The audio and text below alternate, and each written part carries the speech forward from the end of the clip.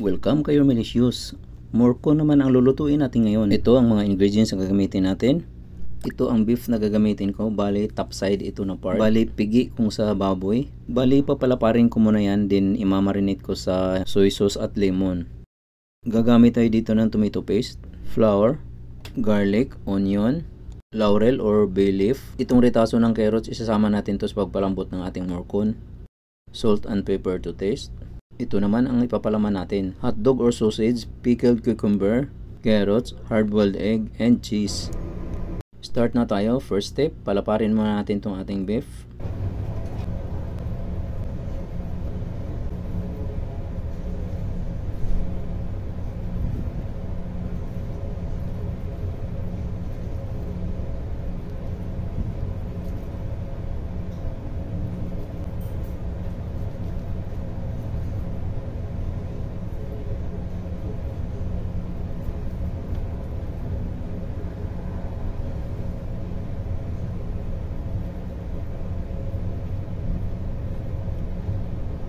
Sa lumapad.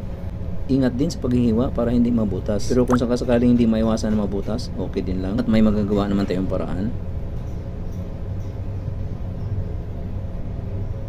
So okay na itong pagkalapad na to. Bali, iro-roll kasi natin ito ng pagganito. Ganyan ang gagawin natin yan later.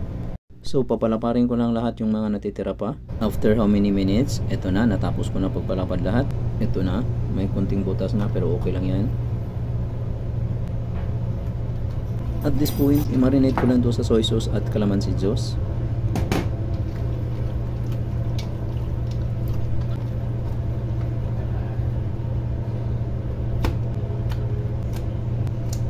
Natapos na ang marinate, i-rest ko lang ito ng at least 15 minutes.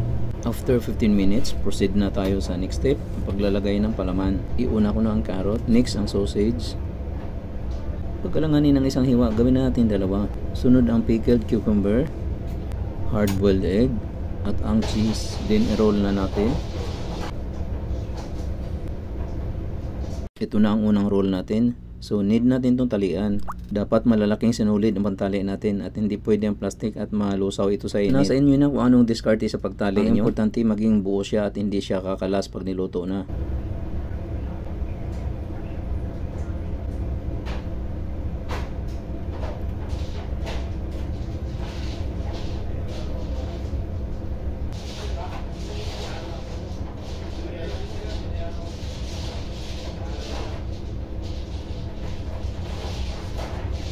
Ganito lang ako magtali. Gagawin ko lang ito hanggang matapos pababa.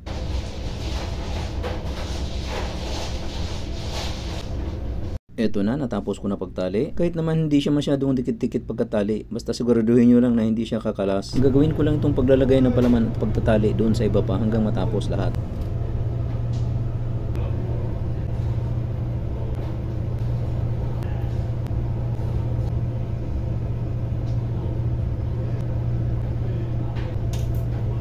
Eto na, natapos na lahat magtali. Next step, i-dredge muna natin to sa flour bago natin i-pan fry. Okay, natapos na pag-dredge. Next step, i-pan fry na natin ito. Ito, may napainit na ako ng konting oil sa pan. Ready na ito para ilagay na natin.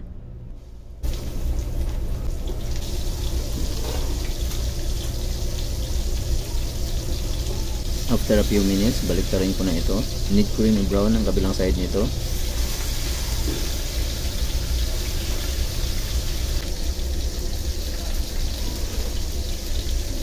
After a few minutes, brown na ito magkabilang side. Hahanguin ko lang ito at isunod ko lang pagsalang yung dalawa pa hanggang matapos. Eto na, na-brown na lahat. Proceed na tayo sa next step. Yung paring pan na yan ang pinagprituhan natin ang gagamitin. Tinanggal ko lang yung nangingitim na flour na dumikit. Ilagay ko ng garlic. Saute ko lang ito ng bahagya. Then isunod ko na ang onion. Isasama ko na rin itong ritaso ng carrots dun sa ginawa nating palaman. So saute ko lang na maigi yan. After na masuti ng maigi, lalagay ko na yung tomato paste. At this point, ilalagay ko na yung aking beef stock. Ito yung retaso at litid ng beef. Binrown ko lang bago ko pinakuluan. Ito yung pinamarinate natin sa ating beef. Isama na natin dito.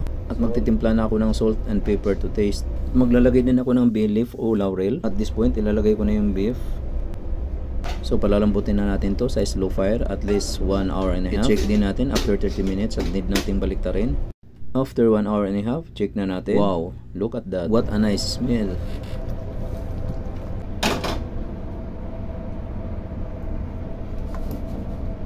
Kailangan lang natin itong palamigin bago natin hiwain. At pagkatapos mapalamig at matanggalan ng tali, mag-slice na tayo. At pagkatapos may slice, nilagay na natin sa plate at nilagyan na din natin ng sauce.